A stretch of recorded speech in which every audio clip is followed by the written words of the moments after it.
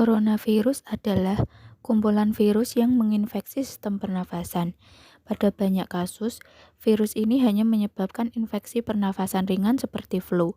Namun, virus ini juga bisa menyebabkan infeksi pernafasan berat seperti infeksi paru-paru atau sering disebut pneumonia. COVID-19 pertama kali ditemukan di kota Wuhan, Cina pada akhir Desember 2019.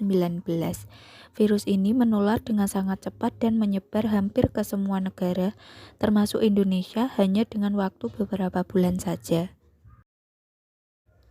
Hal tersebut membuat beberapa negara memberlakukan kebijakan lockdown untuk mencegah tersebarnya virus corona.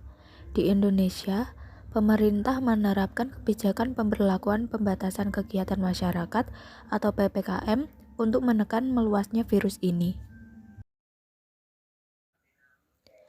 Adanya pandemi COVID ini berdampak luas terhadap krisis kesehatan maupun ekonomi global sepanjang tahun 2020 lalu hingga sekarang.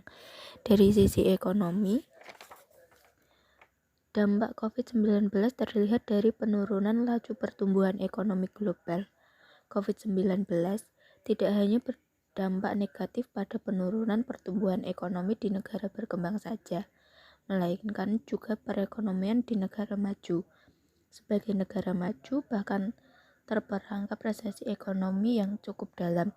Sedangkan dari sisi investasi, dampak COVID-19 terlihat dari minat investor asing untuk berinvestasi di Indonesia yang menurun sepanjang tahun lalu.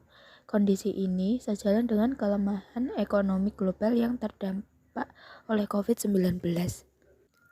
Upaya untuk menekan COVID-19 adalah dengan melakukan kebijakan makroekonomi dan berbagai langkah di bidang kesehatan agar risiko terhadap stabilitas makroekonomi dan sistem keuangan secara keseluruhan serta pemulihan ekonomi secara bertahap dapat berkurang.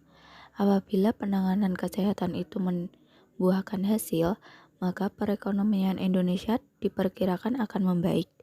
Karena COVID-19 sangat mempengaruhi gejolak perekonomian dan stabilitas keuangan Indonesia.